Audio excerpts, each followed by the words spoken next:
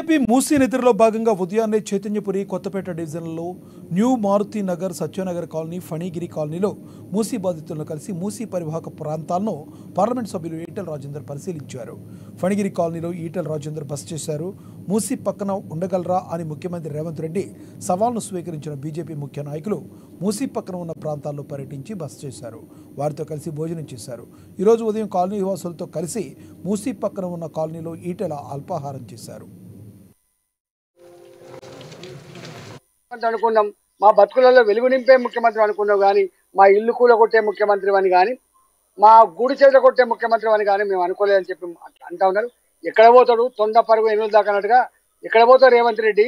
నీ నిజాం సర్కారు కాదు, నీకు 50 ఏళ్ళ అధికారం ఇయ్యలే. నీకు ఇస్తే 2025 వరకు ఇచ్చింది. సంవత్సరం అయిపోయింది ఆల్రెడీ. లాస్ట్ ఇయర్ ఎన్నికల ఇయర్ ఏముంటుంది, ఇంకో 2 ఏళ్ళు ఉన్నది. ఈ 2 ఏళ్లకు మిడిసి పడకు, భూమి మీద నడిచే ప్రయత్నం చెయ్యి, పిచ్చి వేషాలు బంద్ చేసుకో. ఎవరు చెప్తుంది నీకు ఈ పైసలు నువ్వు పోయేటప్పుడు వస్తాయనుకుంటున్నావా?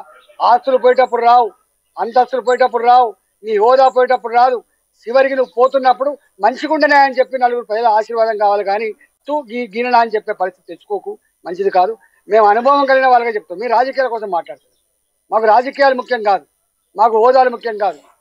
కానీ 25 ఏళ్ళుగా మేము తెలంగాణ ప్రజల యొక్క దుఃఖాన్ని చూసిన వాళ్ళం. మేము ఇవాళ ఇదే మల్లన్న సాగర్లో గ్రామాలన్నీ కూడా ముంపుకు గురవుతుంటే వాళ్ళందరినీ డిస్ప్లేమెంట్ చేస్తే మంచి బంగ్లాలు కనబడితే, రోడ్లు కనబడితే, కానీ 13 ఎకరాలు 15 ఎకరాలు భూములు కలిగిన రైతులు ఇలా ఒక్క గుంటెడు భూమి లేక ఇలా వాళ్ళ దగ్గర పనిచేసే కూలీల లాగా జత కలిసి ఇలా అడ్డ మీద కూలీలుగా మారిపోయిన చెట్లు నువ్వు మర్చిపోకు.